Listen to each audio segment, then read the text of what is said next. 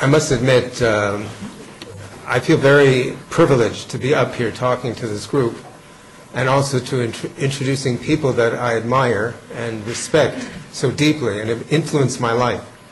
And our next speaker is one of those people. Dr. Gordon Edwards is a local activist, peace activist, researcher, a mentor, and according to the nuclear industry, a terrifying watchdog on their work.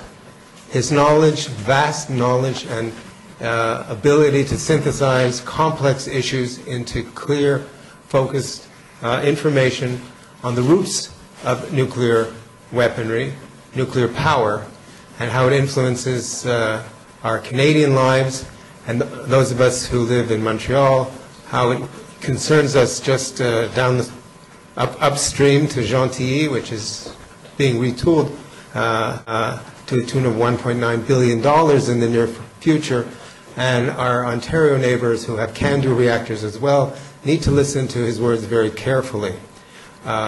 His talk is entitled Nuclear Environmental Toxicity. Please welcome Dr. Gordon Edwards, President of CCNR, the Canadian Coalition for Nuclear Responsibility.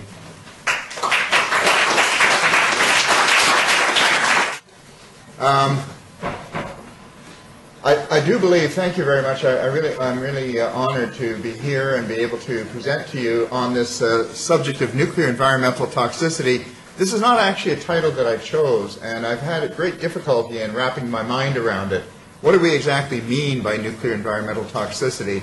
I think we really mean more than just the conventional idea of toxic materials. I think we mean more the environment in its broader sense, not just the physical environment and the ecosystem, but also our political and social environment as well. And I think that there's a certain toxic element to these nuclear issues, which goes beyond just the physical. So let me just go through what I have here, and I would like to speak about several issues related to the subject.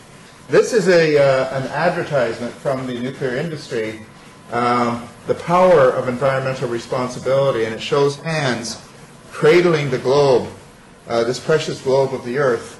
But you know, when you look closely, you notice the hands are holding the Earth in a rather funny way. It's as if there's a whole lot of other stuff there that fills up the space between the globe and the hands. And one wonders, what are the hands concealing besides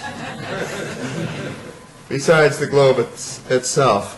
Now, I got my introduction to this subject through learning about the scientists who helped to educate people about the dangers of fallout from atomic bombs due to the atmospheric testing in the southwest United States.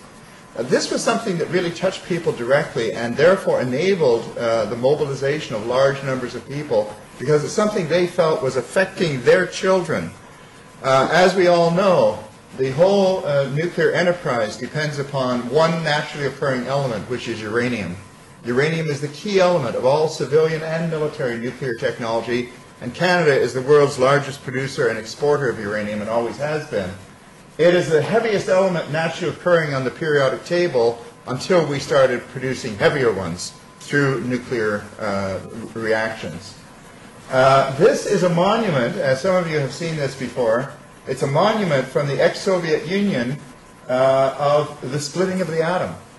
And it dramatizes the moment when an atom is split and releases that tremendous energy which is manifested in the atomic bomb and later in nuclear power plants. But it also shows how the semicircles represent the energy being released, but those two hemispheres represent what's left over. And what's left over are the broken pieces of uranium atoms. Strontium-90, cesium-137, iodine-131, krypton-85. We have over 211 of these materials listed on our website. These are environmental poisons, which are radioactive. All of them have their own unique chemical and biological properties, and therefore they all follow their own peculiar pathways through the environment and through the human body. And this is what we call the radioactive fallout from an atomic bomb. It's exactly the same material which is in the high-level radioactive waste from a nuclear reactor, except that in the bomb it's thrown into the heavens. In the case of a reactor, it's contained largely in the fuel bundles, which then have to be guarded for 10 million years or more. Now, many people don't know that in 1942 there was a meeting in Quebec City. On the left we have Prime Minister Mackenzie King, in the middle we have Roosevelt, and on the right Winston Churchill. They signed a document called the Quebec Agreement. And the Quebec Agreement was an agreement for these three countries to cooperate in building the world's first atomic bombs. The reason why, and part of that agreement was that they promised not to use the bomb against each other, nor to use it against a third party without unanimous consent. And interestingly enough, the only one of the three who was around at the time of the bombing of Hiroshima and Nagasaki was Prime Minister Mackenzie King, who had to give his approval for these bombings, as the British Prime Minister and the American President had to do as well. Now, the reason Canada was involved in this was because we were the suppliers of uranium. There was no other readily available source of uranium in North America except, at that moment, except for a mine in the Northwest Territories up in Great Bear Lake called Port Radium. This had previously operated as a radium mine. The purpose of the mine was to extract radium, which was a very precious commodity in the early part of the 20th century before they found out how deadly it was. And so that mine had been closed down, but wherever there's radium, there's uranium. And consequently, the Americans and the British knew this is the place to go for the uranium. Also, we had a refinery at Port Hope, Ontario, which was the only establishment in North America able to quickly process this material. We ultimately processed material that was also from the Congo, the Belgian Congo, which was found on in a warehouse on Long Island, but that was unknown for a period of time. When they discovered those stocks of yellow cake, that is uranium concentrates, they sent them to Port Hope, Ontario in order to be processed. So Canada played an important facilitating role in the atomic bomb project, which of course was a mutual venture. This is a model of the highly enriched uranium bomb that was dropped on Hiroshima. It's called Little Boy. And when the bomb explodes, as Douglas Roach mentioned, the three main features of an atomic explosion are the blast itself, which of course is absolutely phenomenal. And as Doug Roach said, they don't make very many bombs that small anymore. Most of the bombs we have are much bigger than that. Even these bombs they put in the nose cone of a cruise missile, designed to be put in the nose cone of a cruise missile, are 15 times more powerful than the Hiroshima bomb. So these are, relatively speaking, firecrackers compared with modern arsenals of weapons. But the blast is one of the main things that happens. This man is a weapons designer. He designs nuclear weapons, and he finds nuclear tests fascinating.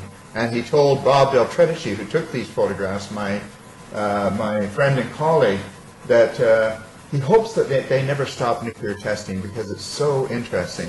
And they always find out so many things every time they do a test. Of course, that's the main reason that is the main mechanism by which these fission products, the broken pieces of the uranium atoms, are spread into the environment and become global fallout. In addition to the blast, there's the heat. This heat partially melted a bronze statue of Buddha in Hiroshima. Bob took this photograph to illustrate that enormous blast of heat, which ignites everything for miles around, and which causes a huge firestorm. And it's those storms, those burning cities, which can change the climate of the globe in a very short period of time. Stephen Starr has done some wonderful work in using the exact same climate models that are used to study climate change, to study the climate change effects of any nuclear exchange anywhere in the Northern Hemisphere.